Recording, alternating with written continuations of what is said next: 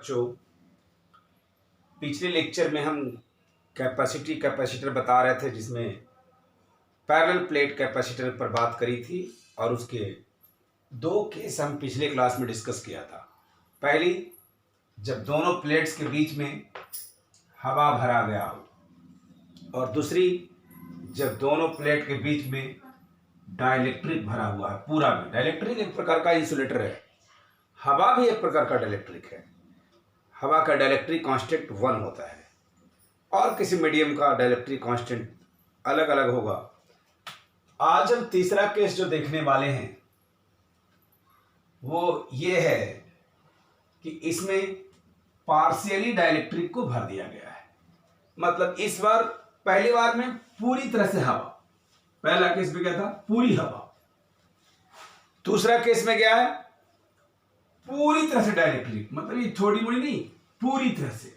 इस बार क्या है, थोड़ा डाइलेक्ट्रिक थोड़ा हवा, ये सिचुएशन है। तो इस सिचुएशन के लिए आप कैसे कैपेसिटी निकालेंगे, एक बात आप ध्यान दें। कैपेसिटी C इक्वल टू होता है Q by potential difference, charge per unit potential difference. तो पहले भी दो केस हम जब निकाले तो इस दोनों के बीच में PD निकाले, दोनों प्लेट्स के बीच में, और आज हम यही करेंगे। इन दोनों प्लेट्स के बीच का PD निकालेंगे, चार्ज में PD से भाग दे देंगे, इनकी कैपेसिटी निकल जाएगी। कुछ और नहीं करते हैं, हम बार बार सभी केसेस में PD निकाल रहे हैं। तो यहां पे हम PD निकालेंगे, तो क्या कंसीडर करें, कंसीडर कीजिए, consider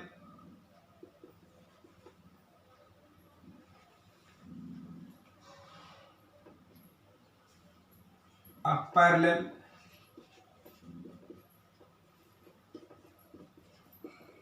plate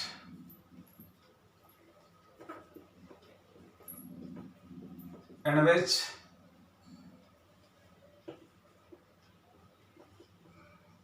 dielectric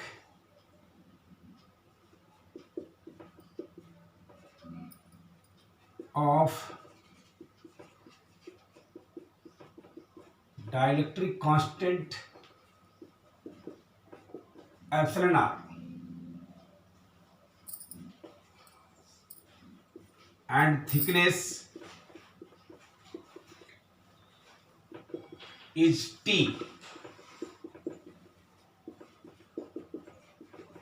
filled between the plates।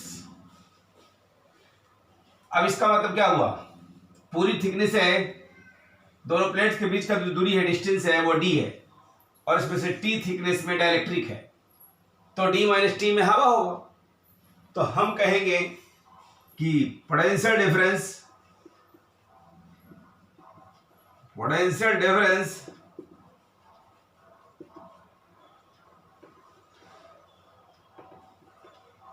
V is equal to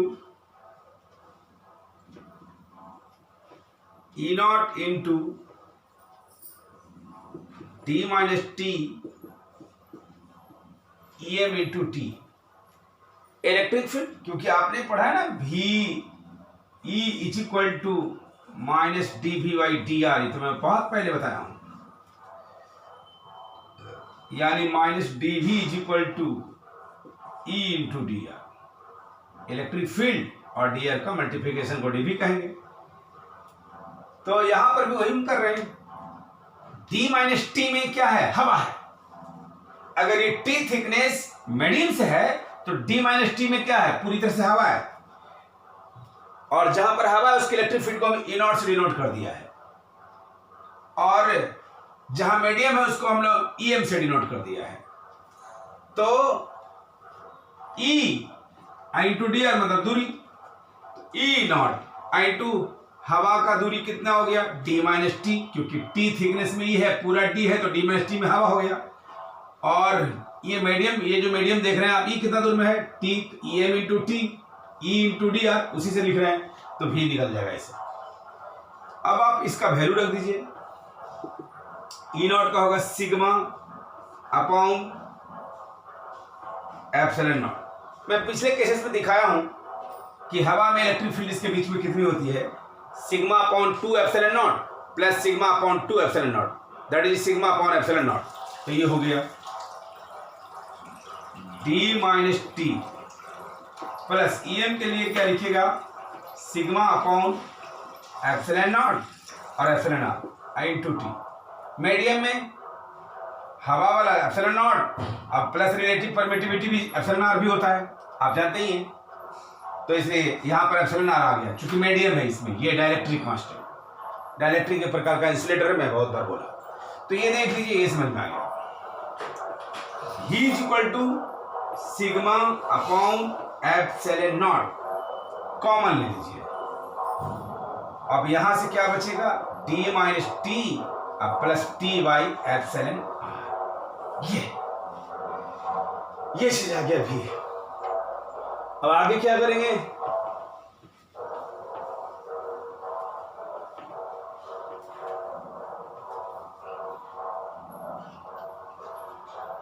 v is equal to sigma को खोल दीजिए क्यू बाई ए से, Q by epsilon naught A T minus T plus T by epsilon R, ऐसा। अब आप capacity बराबर क्या कहेंगे, क्यू बाई भी, और क्यू के जगह पर क्यू, अब भी के जगह पर यहां से बता दीजिए Q by epsilon naught A और d minus T plus T by epsilon r, और ये कैंसिल हो गया, इसलिए सी क्या हो जाएगा, epsilon naught A upon D minus T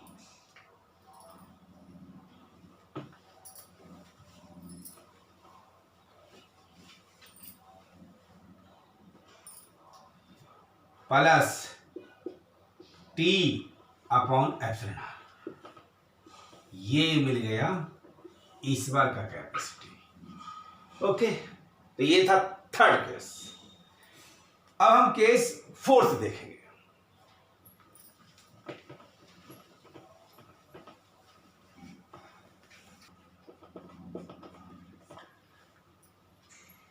When conductor partially filled between the plates, ये प्लेट्स है, ये भी प्लेट्स है, डी है। इस बार डाइलेक्ट्रिक नहीं पढ़ा गया, कंडक्टर है। डाइलेक्ट्रिक एक इंसुलेटर है, ये कंडक्टर है जो करंट को कंडक्ट करे, फ्लो होने दे चार्ज को, उसको कंडक्टर बोलते हैं। और इसकी भी थिकनेस है टी, ठीक है, इसकी भी थिकनेस कितनी है, टी। तो आप इसमें भी क्या करेंगे, ये क्या होगा, प्लस चार्ज, और ये क्या होगा, माइनस चार्ज। आप इसे क्यू मान सकते हैं, इसे माइनस क्यू मान सकते हैं, और बीच में कंडक्टर भर दिया गया है। Suppose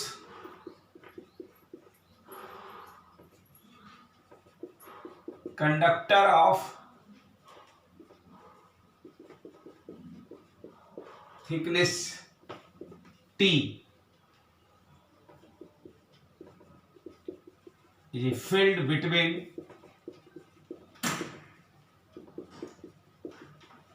the plates। ये चीज हो गया। एक बात समझ लीजिए, अब फिर आपको मैं बार बार बोल रहा हूं कि कभी भी कैपेसिटी आपको निकालनी है तो आप क्या करेंगे, दो प्लेट के बीच के पोटेंशियल डिफरेंस को पता करेंगे, यानी इनके और इनके बीच का पीडी निकालेंगे। क्या करते हैं, ई बराबर minus TV upon D R का सहारा लेते हैं, यानी DV equal to E into D R का सहारा लेते हैं। तो इलेक्ट्रिक फील्ड और उनके बीच की दूरी को मल्टीप्लाई करते हैं, तभी बनता है। अगर पूरा डिस्टेंस डी है और इसमें टी थिकनेस का कंडक्टर है, इसका मतलब डी माइनस टी में क्या है, हवा है। तो यहां पर जो भी लिखेंगे हम लोग, भी potential difference between the plates, यानी कि V इज इक्वल टू क्या लिखेंगे, हवा, E naught D minus T, और प्लस इसमें क्या लिख देंगे, इसके बीच में पोटेंशियल डिफरेंस क्या हो जाएगा, 0। अब एक थोड़ी सी समझने वाली बात है कि 0 हमने कैसे लिख दिया। कंडक्टर के अंदर में फील्ड क्या होता है, 0 होता है। किसी भी कंडक्टर के अंदर में फील्ड 0 होता है। कंडक्टिंग सॉलिड स्फीयर लिया था तो उसमें फील्ड क्या हुआ था, 0। क्यों, चार्ज सब सरफेस पे चला जाता है। ये किसी भी कंडक्टर के लिए सही है, वो किसी शेप का हो, कोई मैटर नहीं है, कंडक्टर बस होना चाहिए। वो चार्ज कंडक्टर के अंदर में फील्ड 0 हमेशा होगा, सबके सब सरफेस पे चला जाता है चार्ज बच्चों। तो यहां पर इलेक्ट्रिक फील्ड 0 हो जाएगा। तो इलेक्ट्रिक फील्ड 0 हो जाएगा तो भी क्या हो जाएगा, इसका कांस्टेंट। तो भी कांस्टेंट हो जाएगा, लेकिन 0 थोड़ी ना होगा। लेकिन हम लोगों को भी थोड़ी निकालना है, हमको तो यहां और यहां का पीडी निकालना है। तो यहां से लेके यहां तक भी कांस्टेंट है, मतलब जितना भी यहां उतना ही यहां यहां यहां सभी जगह। तो इनका भी और इनका भी का डिफरेंस को पीडी कहेंगे। तो जब दोनों बराबर भी है और तो डिफरेंस लेंगे तो क्या मिलेगा, 0। इसलिए हमने यहां पर, चूंकि हमारा यहां का जो भी है वो इनफैक्ट पोटेंशियल डिफरेंस है, मैंने लिख दिया है पोटेंशियल डिफरेंस, भी को हम पोटेंशियल डिफरेंस माने हैं। तो पोटेंशियल डिफरेंस हो गया ए नॉट डी माइनस टी, अब प्लस इसका पोटेंशियल डिफरेंस हो गया 0। चेंज इन पोटेंशियल डिफरेंस हो गया 0, क्योंकि भी कांस्टेंट है। और तब बच्चों भी हमारे पास हो गया E naught d minus t. Okay, ये तो क्लियर हो गया।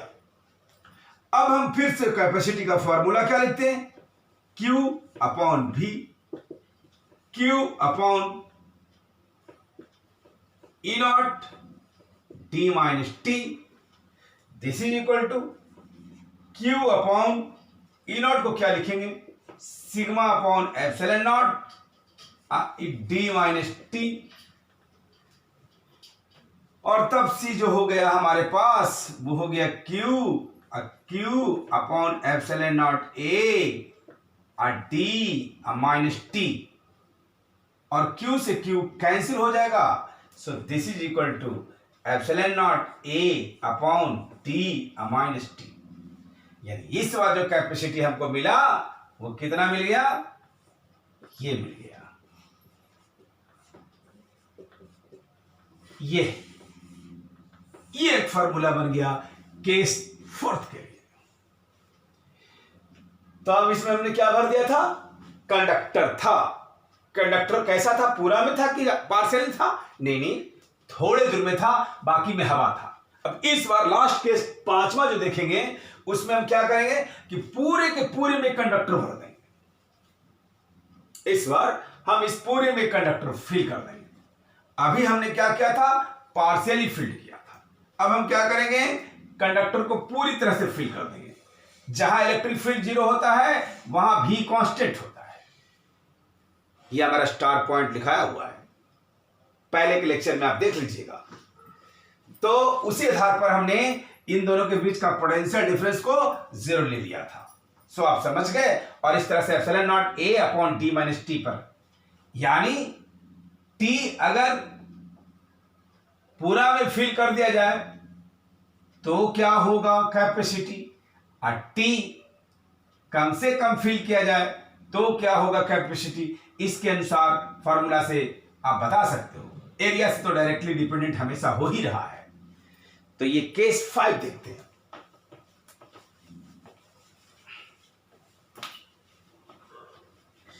पांचवा केस,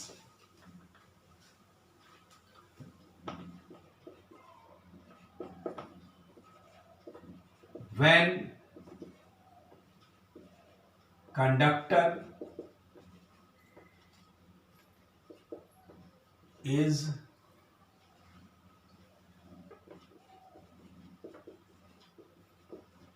completely filled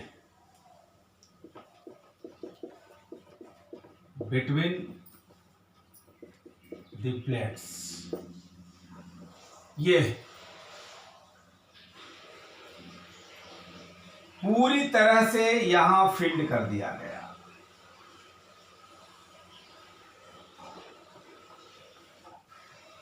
इस बार कंडक्टर यहां से लेकर के जो शुरू हुआ है वो पूरी स्पेस में है।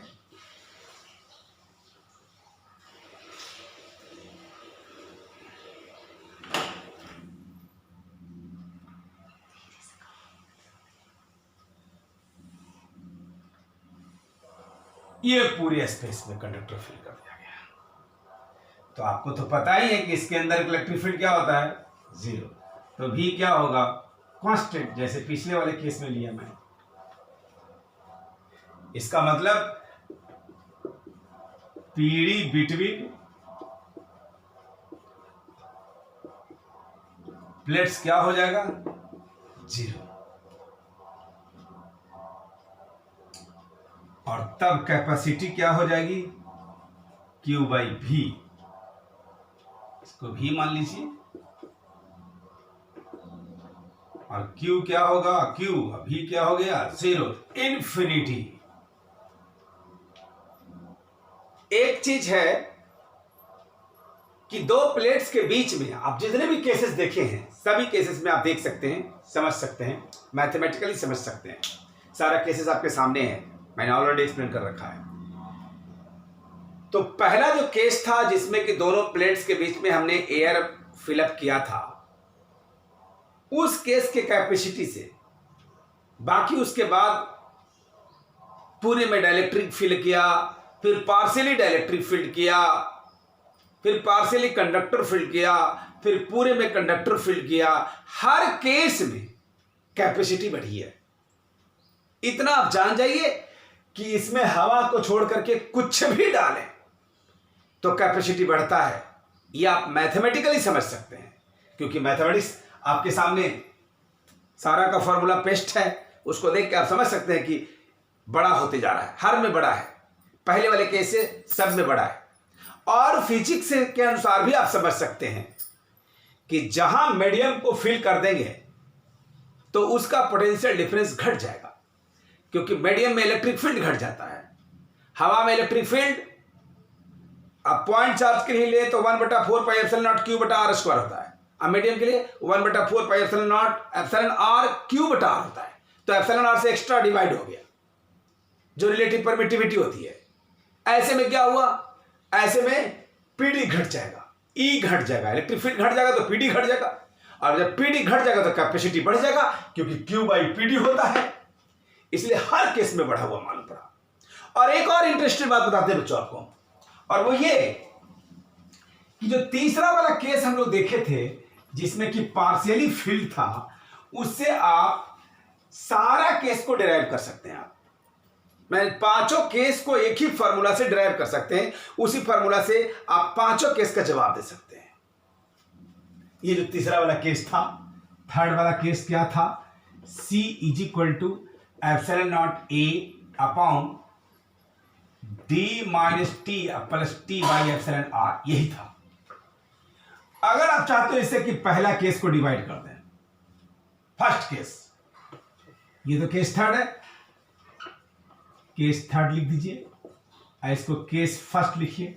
अगर मान लो फर्स्ट इससे डिराइव करना चाहते हैं तो फर्स्ट में क्या था, हवा। तो हवा के लिए एप्सिलॉन आर का वैल्यू क्या होता है, 1। और हवा थोड़े दूर में था कि पूरे थिकनेस में था, तो पूरे में था। तो इसका मतलब इस केस के लिए हो जाएगा T is equal to D epsilon R is equal to 1। और तब जो C मिल जाएगा वो क्या मिल जाएगा आपको, epsilon naught A upon D minus D plus D बटा 1। तो ये दोनों कट गया और एप्सिलॉन नॉट A बटा D बच गया। और यही पहला केस का फॉर्मूला था, आ गया। क्योंकि हवा के लिए एप्सिलॉन नॉट 1 होता है और हवा पूरे प्लेट के बीच में, इसलिए T जो थिकनेस है वो क्या हो गया, ET थिकनेस क्या था, ये था पार्शियली फिल्ड था, तो डाइलेक्ट्रिक का थिकनेस टी था। अब तो पूरे में हवा है, तो टी बराबर क्या हो जाएगा, डी, मतलब पूरा में हवा। पहले समझ लो कि हवा भी एक प्रकार का डाइलेक्ट्रिक है। ये जो है ना, ये पूरा समझ लो कि हवा एक डाइलेक्ट्रिक था, तो ये पूरे में डाइलेक्ट्रिक भर दिया गया, जिसकी थिकनेस कितनी होगी, टी बराबर डी, तो डी रख दिया, तो ये बन गया सवाल। केस टू,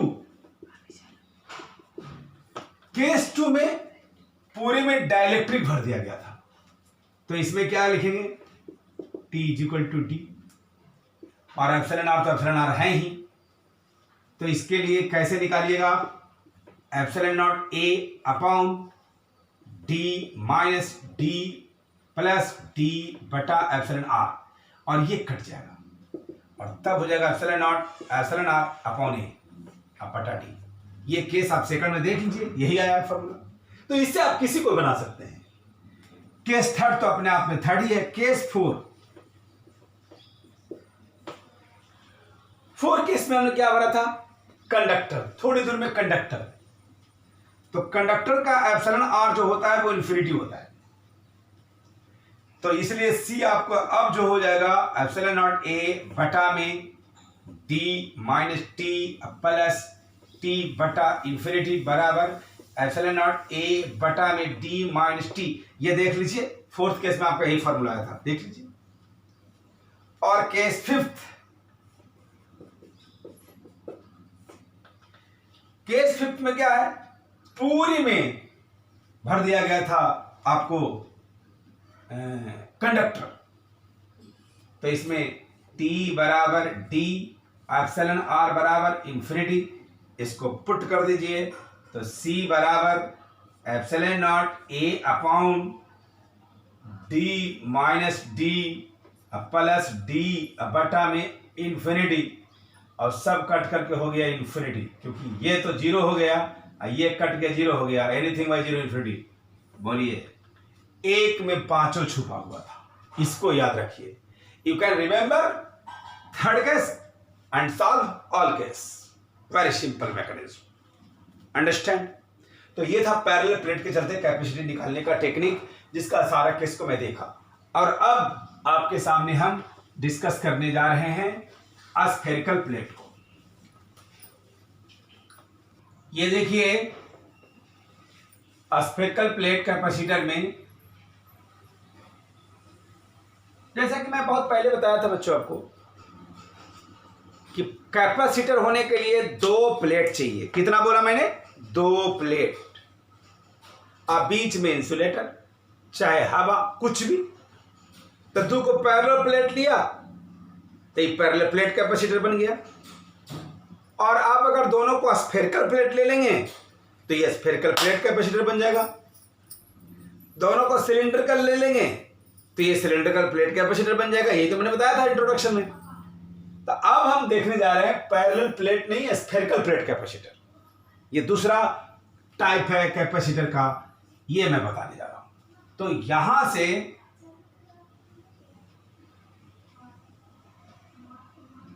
ये देखिए,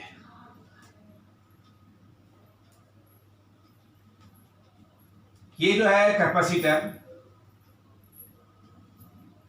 इसकी रेडियस है R1 और इसकी रेडियस है बड़ा वाला का R2। यहां पर ऐसे प्लस चार्ज है।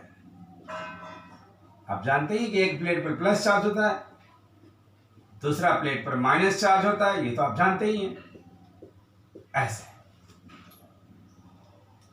और ये आउटर सरफेस में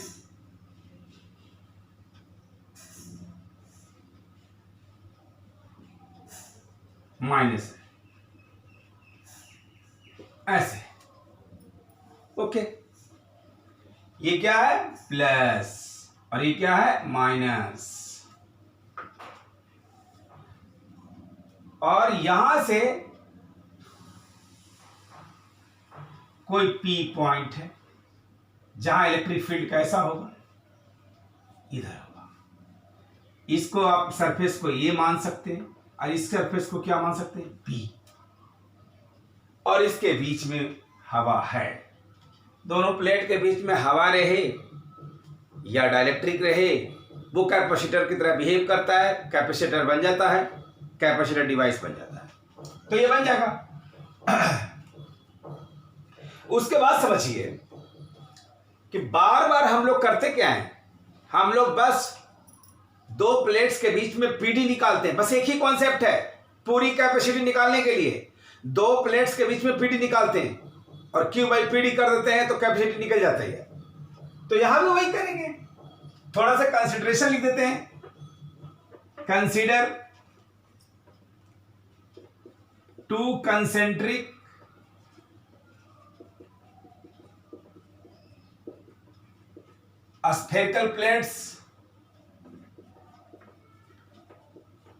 spherical plates A and B having radius R1 R2 and R1. The inner sphere given as positive charge and the outer sphere given as negative charge.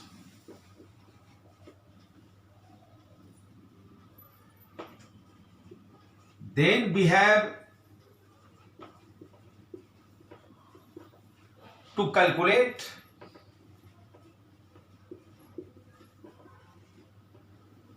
the capacity of this spherical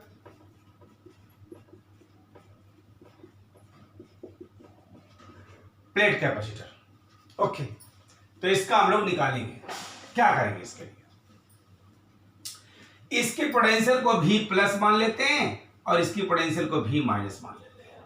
तो हमको वास्तव में क्या करना होगा, भी plus minus भी minus मतलब potential difference is equal to integration E D R. और आप जानते हैं कि यहाँ माइनस साइन होता है और ये कहां से कहां होगा, ए टू बी होगा। ये general electric field P point पर माना, ई into D are, E into D are. Electric field का जो फॉर्मूला होता है स्फीयर के लिए, मतलब जनरल जो यहां से आपने ओ मान लीजिए इसको, यहां से जो पी पॉइंट है जनरल ये आर दूरी पर है, मान लो यहां से ये आर, तो वहां पर जो होगा वो क्या होगा, 1/4 पाई एप्सिलॉन नॉट क्यू बटा R square into D R. और कहां से कहां, A1 का रेडियस क्या है, तो R2 है, और इसका क्या है, तो R1 है। इनके बीच में इंटीग्रेट कर देंगे तो पोटेंशियल डिफरेंस निकल जाएगा। अब इंटीग्रेशन तो हम लोग को आता है, v plus v minus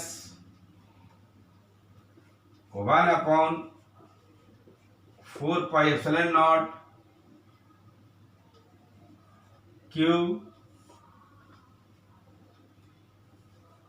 T R बटा आर स्क्वायर R2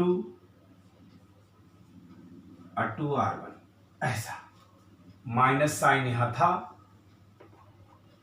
इसको माइनस लिख दीजिए, ये माइनस इस पर नोटेशन है। ओके,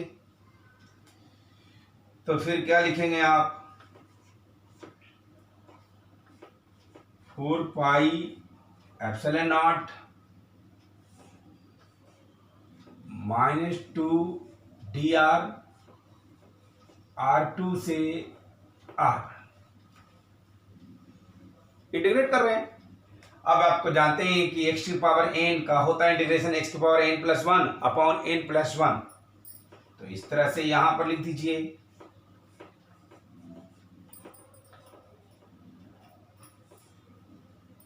r की पावर -2 + 1 -2 + 1 r2 to r1, ये चीज है।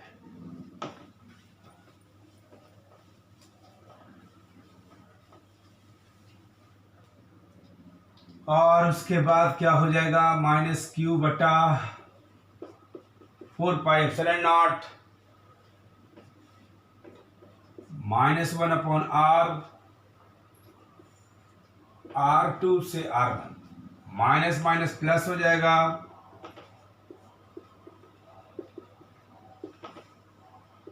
One upon r1 minus sorry 1/r1 minus 1/r2, ऐसा। ये हमारा आ रहा है क्या, v प्लस माइनस भी, मतलब potential difference v plus minus भी, and this is equal to q बटा 4πε0 r2 minus r1 r2।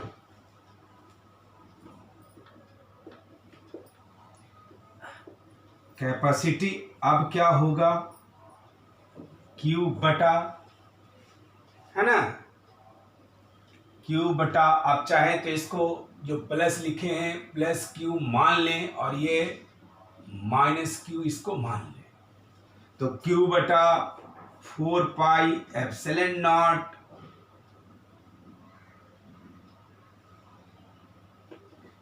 Q बटा v प्लस माइनस भी। अब इसकी वैल्यू यहां से पेस्ट कर देते हैं, तो ये हो जाएगा Q upon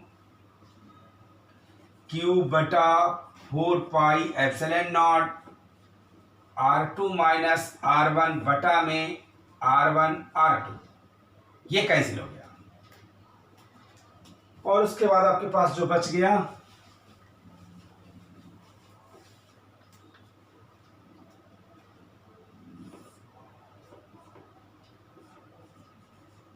four pi ε0 r1 r2 बटा में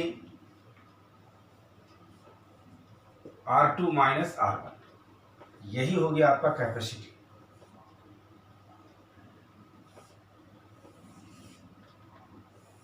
ये कैपेसिटी हो गया। ओके, तो इसका ये कैपेसिटी हो गया। अगर इसमें जो हमारा ये स्फीयर है वो आइसोलेटेड होता, मतलब कि इसमें दो स्फीयर दिख रहा है ना आपको, एक इनर वाला और दूसरा आउटर वाला, ये दो स्फीयर दिख रहा है आपको। मान लो आउटर वाला नहीं होता, ये गायब, केवल इनर होता, तो R2 को क्या लिख देते आप, इन्फिनिटी। तो इसका स्पेशल केस में, ऐसे बच्चों दुनिया में ऐसा कोई बॉडी नहीं है जिसमें चार्ज रखने की कुछ भी क्षमता नहीं हो, तब आप कहेंगे तो फिर कैपेसिटर क्यों पढ़ रहे हैं। ये थोड़ा स्पेशल डिवाइस है जिसमें चार्ज रखने की कैपेसिटी सिंपल और जनरल बॉडी के रिस्पेक्ट में बढ़ जाती है। ये प्लस पॉइंट है, इसलिए इस डिवाइस को हम लोग बनाते हैं और इलेक्ट्रॉनिक्स की दुनिया में बहुत काम आता है सारे ये जो कैपेसिटर है। सर्किट का तो आप जानते ही हैं, बाद में हम लोग इंडक्टर पढ़ेंगे, तो इंडक्टर, कैपेसिटर और रजिस्टर का काफ़ी कॉम्बिनेशन होता है, जाल होता है सर्किटों में। इलेक्ट्रॉनिक सर्किट में इसकी काफ़ी उपयोग होती है। तो हम अब देखेंगे थोड़ा सा स्पेशल केस इसका। स्पेशल केस ये,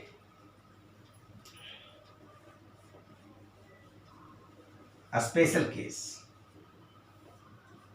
फॉर आइसोलेटेड स्फीयर। अगर स्फीयर आइसोलेटेड हो जाए, मतलब R2 गायब, ये है R1 है और R2 गायब है,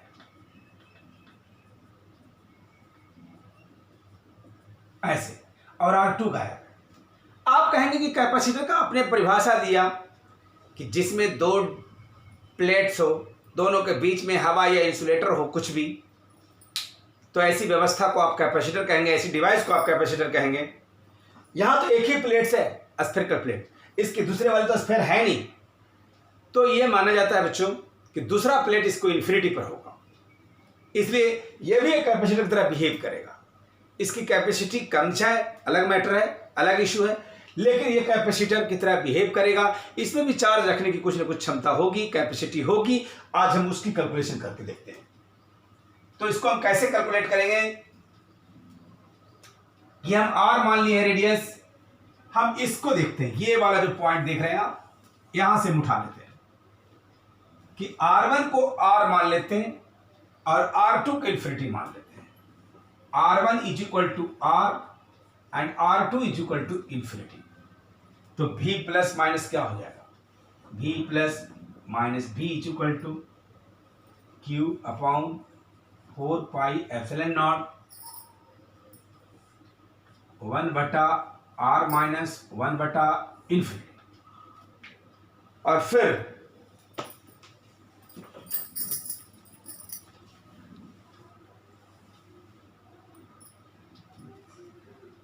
V प्लस Q बटा 4 पाई एप्सिलॉन नॉट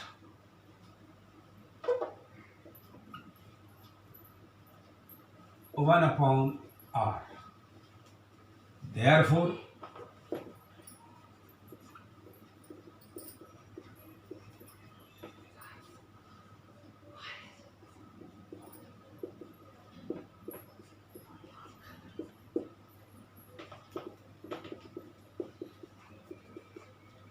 ये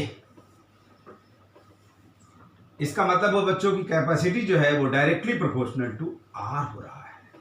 ज्यादा रेडियस अच्छी कैपेसिटी, कम रेडियस तो कम कैपेसिटी। यानी कैपेसिटी डिपेंडेंट किसी न किसी तरीके से किस पे हो रहा है?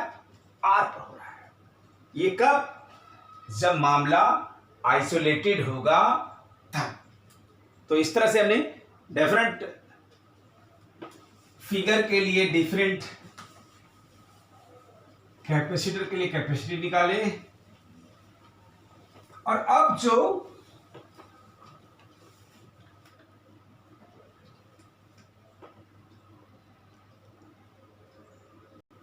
अब आप पिछले लेक्चर में पूछे गए सवाल का आंसर देख लीजिए और आज का सवाल। तो पिछले लेक्चर में हमने सवाल पूछा था कि ये जो है सॉलिड नॉन कंडक्टिंग स्फीयर के सेंटर पर जो पोटेंशियल है, वही पोटेंशियल कहाँ, उसका आधा पोटेंशियल कहाँ पर हो जाएगा, ये सवाल था। तो सेंटर पर पोटेंशियल होता है 3/2 इंटू V सरफेस। ये हमने आपको दिखाया है, मेरे इस लेक्चर में देख सकते हैं, जिसमें नॉन कंडक्टिंग सॉलिड स्फीयर के चलते इलेक्ट्रिक पोटेंशियल हमने निकाला है। वो फॉर्मूला कुछ इस तरह से था, V is equal to V surface 3/2 minus R² बटा 2R²। ऐसे R को 0 रखोगे तो सेंटर पर निकल जाएगा। तो सरफेस का 3/2 पार्ट्स सेंटर पर, यानी 1.5 सरफेस का जो पोटेंशियल उसका 1.5 टाइम्स सेंटर पर है। और यहां से घटते घटते घटते घटते यहां सरफेस का जो है वो VS के बराबर हो जाएगा। लेकिन हमको इसका कह रहा है कि आधा होना चाहिए। इसका आधा का मतलब हो गया 3/4 VS, और 3/4 VS का मतलब हो गया कि VS से कम, और VS से कम अंदर में तो हो नहीं सकता, इसलिए कहीं बाहर में ये पॉइंट P पर होगा। क्योंकि आपको पता क्या करना है, इसका भी आधा, इसका आधा का मतलब हो गया 3/4 VS। VS का मतलब हो गया KQ बटा में सरफेस पर जो था R, इतना KQ बटा R।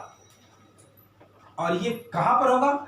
निश्चित रूप से सरफेस से बाहर होगा। अंदर में तो सरफेस से बड़ा ही होगा, और सरफेस का आधा होना है तो बाहर होगा पॉइंट्स। ये क्लियर हो रहा है, इसलिए हम बाहर वाले फार्मूला यूज करेंगे, ये फार्मूला यूज नहीं करेंगे, ये अंदर का फार्मूला है। तो हम बार बार क्या करेंगे, के क्यू बटा आर, ये चीज।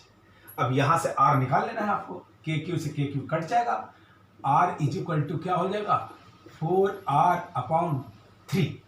लेकिन आपको डिस्टेंस पूछा था, ये डिस्टेंस यहां से निकला 4r/3 बच्चों, ये देख लीजिए, ये 4r/3, लेकिन आपको सरफेस से पूछा था, यहां से पूछा था, ये दूरी, तो सरफेस से कितना होगा, डिस्टेंस